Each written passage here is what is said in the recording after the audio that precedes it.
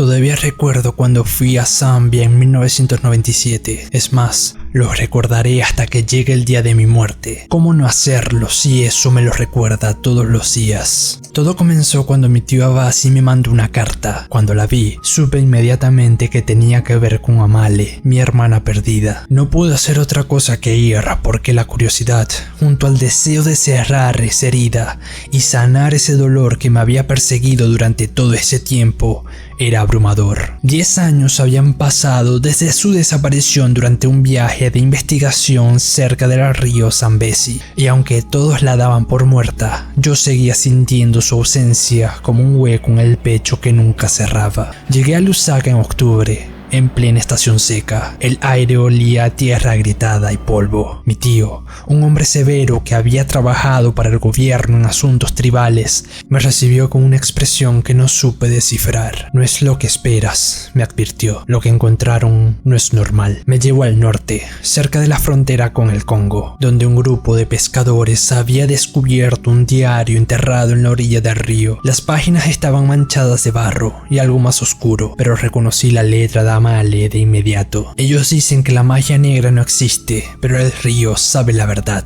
Esa fue la primera línea que leí, y luego las demás. He visto lo que hace con la gente, lo que le hizo a Thomas. No debería haber venido, pero ahora es demasiado tarde. Si alguien lee esto, no me busquen, ya no soy yo. Mi sangre se heló. Thomas había sido su guía, un hombre local, según los informes. Su cuerpo apareció 3 días después de que Amale desapareciera, los ojos arrancados, la boca llena de tierra. Lo atribuyeron a animales, pero claramente un animal no habría hecho eso.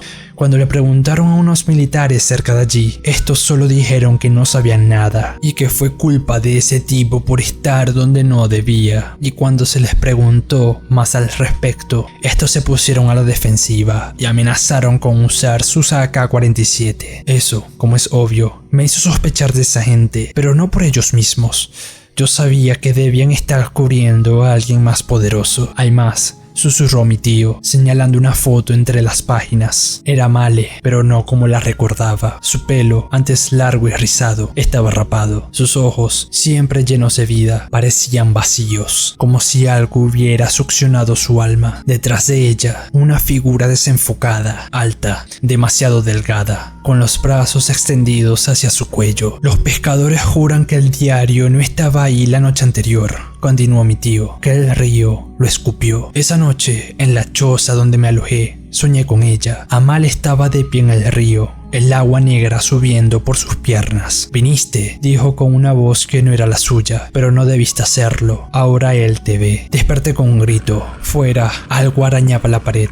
No era un animal, eran uñas. Al día siguiente, mi tío Abasi había desaparecido. Encontré su camisa rasgada cerca del agua, junto a huellas que no eran humanas, demasiado largas, los dedos como garras. Los aldeanos se negaron a hablar, pero un anciano me tomó del brazo y murmuró: el río se lleva lo que quiere y a veces devuelve algo distinto. La última página del diario de Amale estaba en blanco, excepto por una frase escrita en una letra temblorosa, como si alguien la hubiera trazado con urgencia. Él me cambió.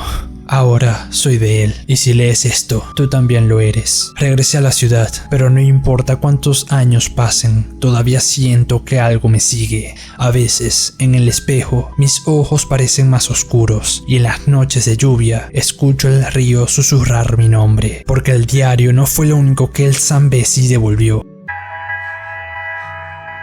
Siempre he sido escéptico a todas esas cosas del más allá, o esos conceptos abstractos y fantasiosos como el alma, pero en esta ocasión quiero pensar que Amale se vino conmigo, que ya no está lejos, sino que, como si se hubiera adherido a mí, ella siempre me está haciendo compañía, y ella no está sola porque yo estoy con ella. Pero una cosa es segura, algo vino conmigo y todavía está aquí.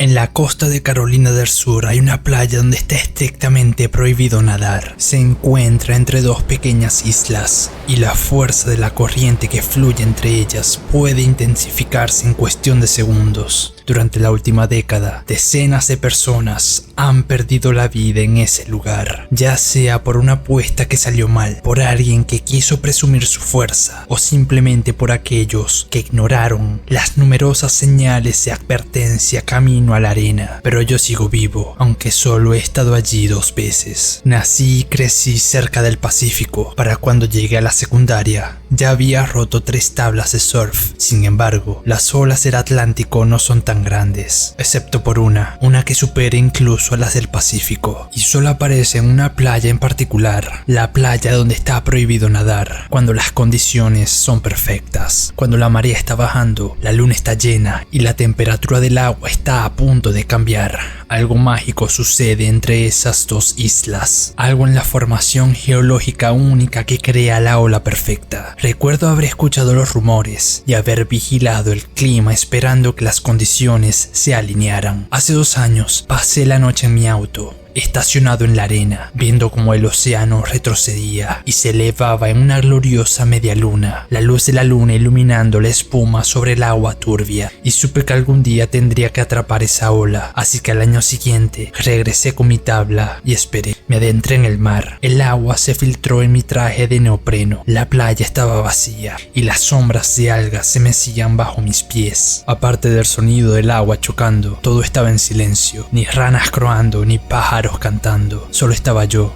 y el océano. Entonces la vi formarse en la distancia, mientras el nivel del agua descendía como si se estuviera vaciando un tazón. Mis ojos se abrieron de par en par mientras me impulsaba hacia adelante. La ola rugió hacia mí y me preparé para montarla, pero en ese mismo instante mi pie se enredó en algo, una maraña de vegetación o una rama. Intenté liberarme, pero el objeto no cedió. Algo afilado me mordió el tobillo como si fueran espinas. Sobre mí, la ola crecía cada vez más y volví a patear, sin éxito, hasta que el agua se estrelló contra mí y me arrancó de aquel agarre. Caí en la oscuridad, golpeándome contra la espesa y viscosa vegetación submarina, hasta que fui escupido en la playa, jadeando por aire, con agua saliendo de mi nariz y la sal quemándome los ojos. Mi pierna sangraba por varias heridas largas que tardaron meses en cicatrizar debido a las constantes infecciones. Había perdido mi oportunidad. Hasta el año siguiente. Ese año mantuve mis pies más cerca de la superficie, planeando sobre el agua mientras la ola se acercaba, y la atrapé justo a tiempo, observando cómo el agua se retiraba de la playa para alimentar la ola, dejando solo suficiente agua para ver las sombras que yacían debajo, lo que alguna vez pensé que eran algas, manos. Miles de manos extendidas hacia arriba como plantas desde la arena, con los dedos abiertos y buscando, emergiendo solo hasta el codo, con uñas que reflejaban la luz de la luna como escamas, y a medida que el agua se retiraba, se enterraban más profundamente en la arena, solo para volver a su altura completa bajo la protección turbia del agua. Algunas sostenían peces enteros, otras agarraban trozos de madera y otras sostenían objetos difíciles de distinguir, pero no tan difíciles de imaginar. Desde mi posición, yo solo podía verlas, con el agua en su punto más bajo, mirando directamente hacia abajo. Estas se extendían hacia mí mientras mi tabla de surf se balanceaba y avanzaba hasta que raspó contra la orilla, las aletas clavándose en la arena. Al voltear, pude ver que eran lo que alguna vez había confundido con las sombras de algas, subiendo y bajando con cada cresta, esperando, agarrándose. Y al mirar las cicatrices en mi pierna, 5 líneas de tejido brillante, me di cuenta que no eran las corrientes las que arrastraban a los nadadores bajo el agua en esa playa.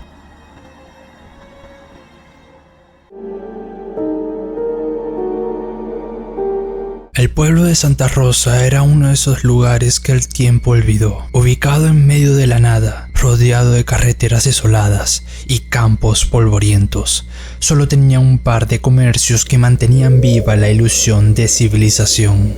Entre ellos estaban la gasolinera El Cruce, un lugar pequeño, con 2 bombas oxidadas y un edificio de bloques que más parecía un búnker abandonado que un negocio. Yo, con mis 16 años recién cumplidos, había conseguido trabajo ahí los fines de semana. No era gran cosa, solo cobraba lo mínimo y pasaba las tardes viendo cómo el polvo se acumulaba en los refrescos caducados, pero necesitaba el dinero. Mi jefe, Don Rojas era un tipo huraño que siempre olía a tabaco rancio y que prefería vender comida en mal estado antes que perder un centavo. Si no se quejan, es que no les hizo daño, era su filosofía. Ese sábado en particular había sido más tranquilo de lo normal. Solo habían pasado 3 autos en toda la tarde y uno de ellos ni siquiera se detuvo. Solo redujo la velocidad frente a las bombas y siguió su camino, como si el lugar le diera mala espina. Hacia las 7 de la noche, el sol ya se escondía detrás de los cerros, pintando el cielo de un rojo enfermizo. Estaba reorganizando una pila de revistas viejas. La más reciente tenía 3 meses, cuando escuché el motor de un auto acercarse. Un Chevy Nova azul, de esos años 80. Se detuvo frente a la bomba más alejada. De él bajaron 2 personas. Un hombre alto, vestido con una chamarra de mezclilla gastada y botas negras. Tenía una cicatriz que le cruzaba la ceja izquierda. Una mujer delgada, con el pelo teñido de rubio oscuro y una mirada que no paraba de moverse, como si esperara que alguien lo siguiera. Mientras la mujer se acercaba a la bomba, el hombre abrió la puerta trasera del auto y sacó una mochila verde militar, de esas que usan los cazadores. Pero algo no encajaba. La mochila goteaba. No era agua. El líquido era espeso, oscuro. El hombre la cargaba con demasiado cuidado, como si temiera que algo se saliera. Sin decir palabra, caminó hacia la parte trasera del local, donde estaba el contenedor de basura. Yo seguí trabajando, pero algo en mi instinto me decía que esa mochila no llevaba ropa sucia. Pasaron unos 10 minutos antes de que el hombre regresara. Ya no traía la mochila. La mujer terminó de cargar gasolina, pagó en efectivo sin decir una palabra y se subieron al auto. Antes de irse, el hombre me miró fijamente por unos segundos. Sus ojos eran fríos, calculadores, como los de un depredador que sabe que no lo atraparán. Una hora después, Marcela, mi compañera de turno, me pidió que sacara la basura antes de irme. El olor empezó antes de llegar al contenedor. Era dulzón, metálico, como cuando pasas frente a una carnicería en verano. La mochila estaba ahí, tirada encima de las bolsas de basura. Algo la había roto por un lado, y de ahí salía un hilo oscuro que manchaba el suelo. Con un palo la abrí. No fue solo el horror lo que me paralizó, fue el detalle. Trozos de carne cortados de manera desigual, algunos con marcas de cuchillo, dedos humanos, 2 de ellos con uñas pintadas de rojo descascarado, unos dientes pequeños en perfecto estado desperdigados por todo el interior de la mochila. Pero lo peor fue el reloj, un Casio digital manchado de sangre, pero todavía funcionando. La policía nunca encontró a la pareja. El auto tenía placas robadas y las cámaras de seguridad que Don Rojas nunca mantenía no captaron nada útil. Los forenses confirmaron que los restos eran humanos, pero estaban tan mezclados como si hubieran pasado por una máquina que no pudieron identificar a la víctima o a las víctimas. A veces, cuando estoy solo en la noche, escucho un motor acercarse y aunque sé que es solo mi mente jugándome una mala pasada, no puedo evitar preguntarme cuántas otras mochilas como esa habrán dejado en otros pueblos. ¿Y cuántas más faltan? ¿Alguna vez yo o algún ser querido seremos encontrados en un contenedor de basura en una mochila como esa? Es una pregunta que no me deja dormir.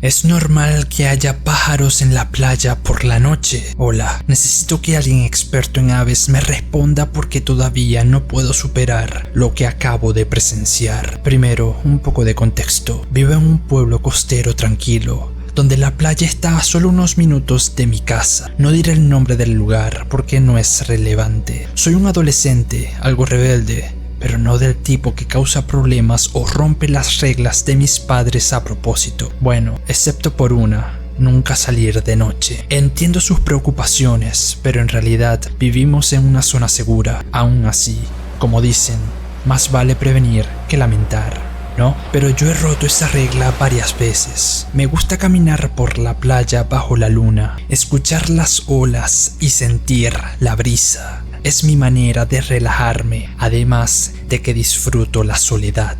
Nunca me han pillado porque, ¿A quién le importa? Como dije, es un lugar seguro, o al menos eso creía hasta anoche. Ayer, como de costumbre, salí a la playa. Caminé un poco más lejos de lo normal, pero una sensación rara me hizo querer volver.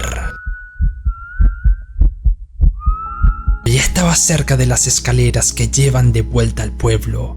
Noté algo extraño.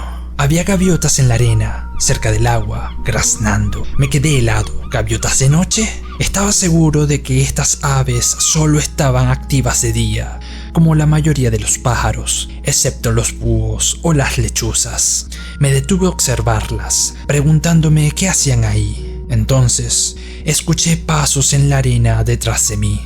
El sonido venía de mi derecha y me paralizó el miedo. Nunca había visto a nadie más en la playa a estas horas. Quise correr, pero algo me obligó a girarme. Lo que vi no era humano. Era una criatura con cuerpo parecido al de una persona, pero encorvado, sin plumas ni ojos. Su piel era arrugada, como la de un pollo desplumado. Sus garras eran como las de un cangrejo, gruesas y negras, al igual que su pico y sus garras en los pies. Incluso tenía esa membrana transparente que tienen los cangrejos en las pinzas, pero alrededor de su pico. Caminaba lento hacia las gaviotas, y aunque no tenía ojos, sentí que me estaba viendo. Lo más aterrador fue que las aves no huían, actuaban como si no lo vieran. Entonces, la criatura se detuvo en medio del grupo, agarró una gaviota con sus pinzas y de un solo movimiento la partió por la mitad. La sangre y las entrañas cayeron sobre la arena mientras la cosa devoraba los restos. Intenté no vomitar, pero no podía apartar la mirada. Y luego, la criatura levantó la cabeza y me miró. Sentí como mi corazón latía a 1000 por hora. Mis piernas reaccionaron antes que mi cerebro. Salí corriendo como nunca. Escuché sus pasos persiguiéndome, pero no miré atrás. Subí las escaleras de 2 en 2, corrí hasta mi casa, cerré la puerta con llave y me encerré en mi habitación. No pude dormir en toda la noche. Solo pensaba en lo que hubiera pasado si me alcanzaba. Me habría descuartizado como esa pobre gaviota, me habría arrancado la cabeza con sus pinzas. Ahora estoy exhausto, traumatizado y nunca más volveré a esa playa de noche. Así que repito mi pregunta, ¿es normal que haya pájaros en la playa por la noche? O más bien, ¿qué era esa cosa?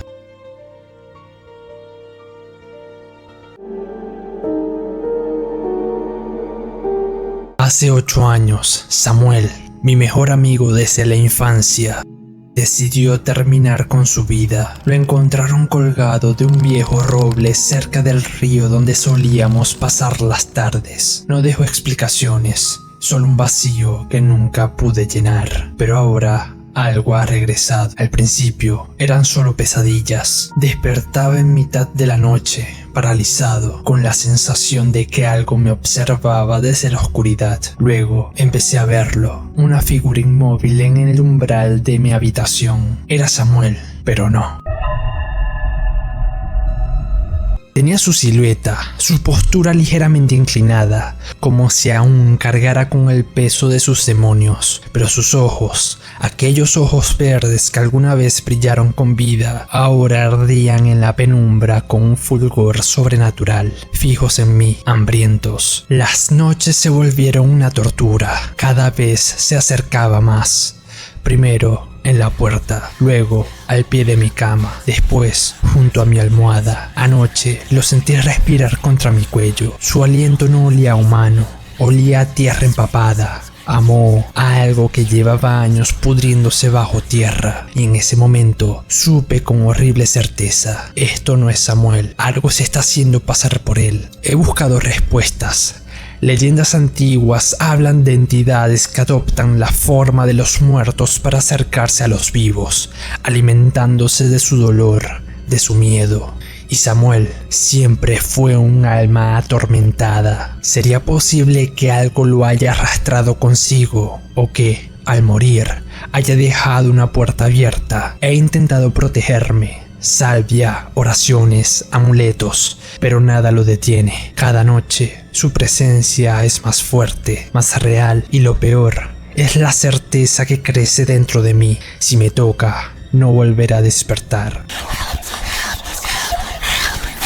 Tal vez, al contar esto, alguien sepa cómo ayudarme, o tal vez solo sea mi última advertencia. Porque si tú también has perdido a alguien, ten cuidado con lo que susurra en la oscuridad. A veces los muertos no regresan, a veces algo más toma su lugar. ¿Te gustó el video? Dale like, suscríbete y antes de dormir, pregúntate, ¿vos creéis o no creéis?